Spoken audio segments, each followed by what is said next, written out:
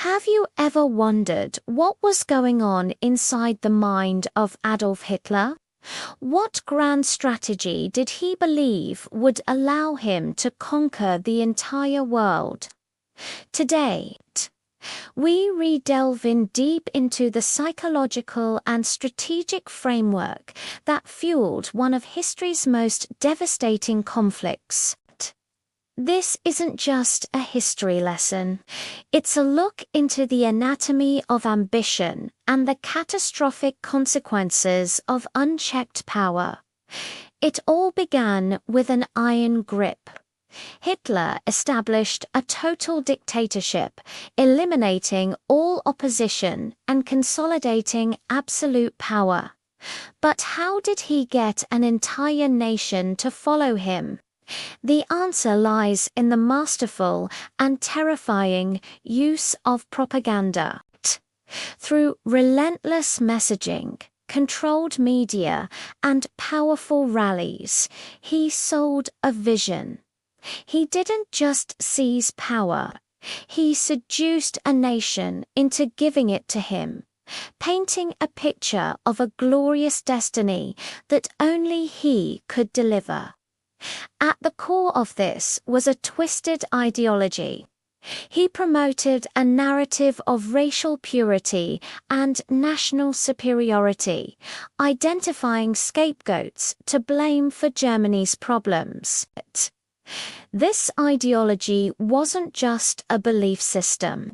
It was a weapon.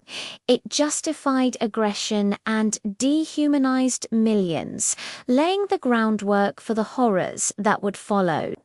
This potent mix of ideology and propaganda created a fervent nationalistic ambition that was ready to be unleashed upon the world. With the nation behind him, Hitler's strategic mind went to work. His initial moves were brilliant, yet deceptive. He remilitarized the Rhineland, annexed Austria, and took Czechoslovakia, all while the world watched, hesitant to act. His strategy was one of calculated risks, pushing the boundaries and exploiting the international community's desire to avoid another war. He was a gambler, and in the beginning, his gambles paid off spectacularly. This string of successes solidified his image as an infallible leader. Then came World War II. Hitler's strategy of blitzkrieg, or lightning war, was devastatingly effective. Poland, Denmark, Norway, the Netherlands, Belgium, France all fell with shocking speed. It seemed his ambition for conquest knew no bounds. He envisioned a vast empire stretching across Europe and beyond. This wasn't just about territory, it was about imposing his will, his ideology, and his absolute power on a global scale. He believed he was rewriting the map of the world. But ambition often blinds leaders to their own limitations. Hitler's greatest strategic error was arguably the invasion of the Soviet Union in 1941. He underestimated the brutal Russian winter and the sheer resilience of the Soviet people. This opened a massive Eastern Front that his forces could not sustain. While he was a charismatic and powerful leader in the eyes of his followers, his leadership became increasingly erratic and detached from reality as the war turned against him. His refusal to retreat and his insistence on micromanaging his generals led to one catastrophic defeat after another. The dream of world conquest began to crumble.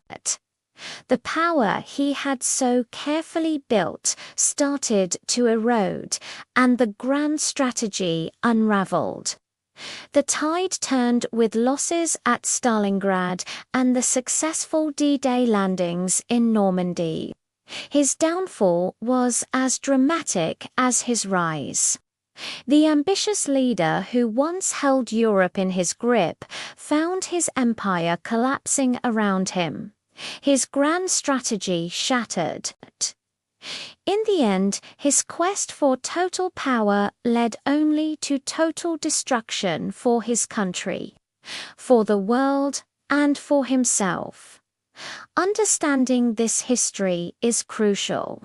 It's a stark reminder of how a combination of potent ideology, masterful propaganda, and unchecked ambition can lead humanity down a very dark path. It's a lesson in leadership, strategy, and the immense responsibility that comes with power. Thank you for joining us on this deep dive.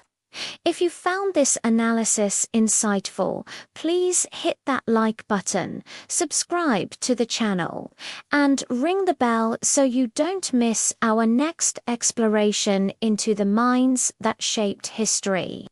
We'll see you in the next video.